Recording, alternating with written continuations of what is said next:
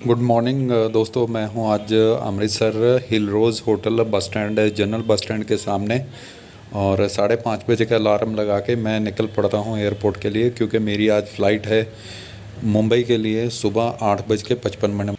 मैं 7:30 check in करके security check in करके वेटिंग एरिया में आके बैठ जाता हूँ। खाली एरिया होने की वजह से दोस्तों कबूतर और शहर के नीचे दाना चुग के खा रहे थे, जिनको पैसेंजर का कोई परवाह नहीं था। उम्मीद करता हूं कि आप सब लोग अच्छे चंगे भले होंगे। दोस्तों मैं हूं सूरज सिंह, आप देख रहे हैं मेरा YouTube channel Karwaan Sandhu. Please subscribe जरूर कर लेना। तो ये सामने मेरे 2 जुड़वा बैठे थे बच्चे अपने मम्मी पापा के साथ।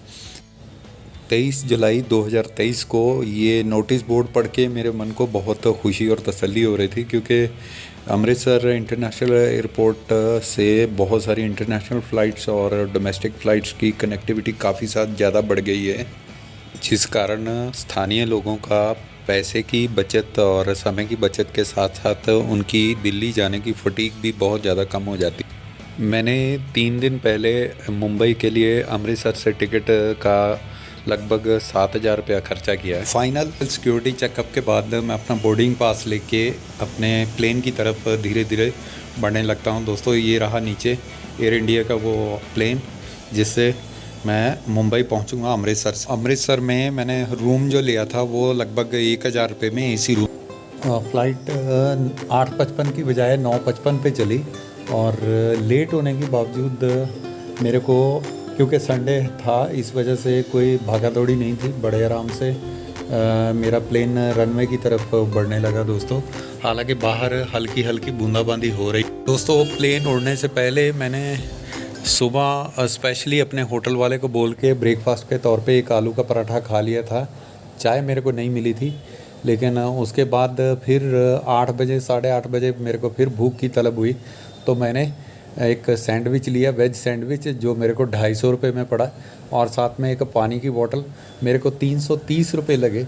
और उसके बाद फ़्लाइट धीरे से ऊपर बढ़ती हुई आसमान की तरफ, लेकिन नीचे पानी ही पानी था दोस्तों। जैसे आपको पता है कि बहुत ज़्यादा पानी बरसने की वजह से, इस बार बरसात ज़्यादा होने की वजह से पंजाब में क्या पूरे इंडिया में हर तरफ बाढ़ का माहौल है। मैं अपने एंड पे यही प्रेयर करता हूँ भगवान से कि आने वाले दिनों में ये सब माहौल नॉर्मल हो जाए और लाइफ पहले की तरह बिल्कुल नॉर्मल और व्यस्त हो जाए, ताकि इसका हमारी डेली लाइफ पे या हमारे व्यापार पे या हमारी खेती पे कोई ज़्यादा बुरा प्रभाव ना पड़े। वैसे तो दोस्तों हमें हर टाइम पे भगवान का सिमरन और चिंतन करना चाहिए, लेकिन जब कोई भी चीज़ कुदरत की आफत हद से ज़्यादा बढ़ जाए तो स्पेशली मैं तो भगवान से बहुत ज़्यादा मन्नतें मानता हूँ। दोस्तों कमेंट में बताइएगा कि क्या आप लोग भी ऐसा करते हैं। ही सोचो विचार लिए मैं गुमसुम प्लेन में बैठा था कि तभी हल्की सी आहट हुई और वहाँ सुबह का ब्रेकफास्ट सर्व हो गया और मेरी बाँछें खिल गई दोस्तों। खाने के लिए एक साउथ इंडियन डिश थी और साथ में था ये गाय का सिंग जैसा ब्रेड, एक कौली मैंगो फ्लेवर का दही और साथ में नारियल की चटनी का कप, और ये था 2 इडली और सांभर वड़ा, जो खा के अच्छा खासा पेट भर गया। ये था चम्मच और चाय का सामान, और बाद में चाय पीने को एक बढ़िया सा मिली और साथ में पानी की एक छोटी बोतल। दोस्तों नमकीन चावल को पोहा बोलता है, वो भी बहुत टेस्टी चीज़ थी इसमें, और ये सारा मिश्रण मिला के एक संतुलित ब्रेकफास्ट हो गया मेरा। चाय में फ्रेंड्स 2 ऑप्शन थे, मतलब या तो आप चाय पी सकते हैं या कॉफ़ी। तो आपके भाई ने चाय ली विद अमूल के दूध के साथ, जो कि पीने में बहुत ज़्यादा मज़ा था। लेकिन बाहर एकदम वेदर बादलों मतलब भरा पड़ा, और ये रोस्टर्स कुछ बुज़ुर्ग आदमियों को समझाती हुई और धीरे से मेरा प्लेन मुंबई के ऊपर सरक आया। मेरे को तब पता चला जब प्लेन एकदम हिलने डुलने लगा, क्योंकि इन बिटवीन पेट भरने के बाद मेरी आँख की झपकी लग गई थी। दोस्तों मुंबई का एक ज़बरदस्त क्राउड था और साथ ही साथ समुद्र तट से सटा हुआ जंगल भी दिखाई दे रहा था, और इन बिटवीन प्लेन धीरे धीरे नीचे आता गया और ऐसा जैसे घनी आबादी के ऊपर से सरकता हुआ अपने एयरपोर्ट की तरफ बढ़ने लगा। और रनवे जैसे ही क्लोज़ आया तो धड़कनें तेज़ हो गई कि भगवान करे बिल्कुल सही इस तरीके से लैंड हो जाए, क्योंकि नीचे ज़मीन फिसलन बहुत ज़्यादा, क्योंकि मुंबई में सुबह से बारिश हो रही थी। थैंक गॉड, भगवान का लाख लाख शुक्र है कि प्लेन ने एकदम से सही सलामत लैंड कर गया। लेकिन वाइब्रेशन मोड बहुत ज़्यादा हुई। इन बिटवीन हम गलियों से सरकते हुए देखिए आंटी जी कैसे झटके लेके चल रही हैं। भगवान करे हमारा ये टाइम ना आए। और इतने में कन्वेयर बेल्ट 14 पे हमारा लगेज अनाउंस कर दिया गया और मैं वहाँ बैठ के अपने बैग की वेट करने लगा। दोस्तों, इससे अगला चैलेंज था कि मेरा मुंबई से पूना के लिए मूव करना।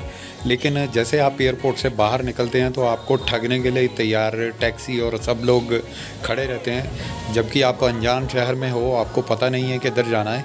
इन बिटवीन मैं ऑटो पकड़ के अपने पूना हाईवे पे चला जाता हूँ, जहाँ से बस पकड़ता हूँ और 400 रुपीज़ दे के पूना के लिए निकल जाता हूँ।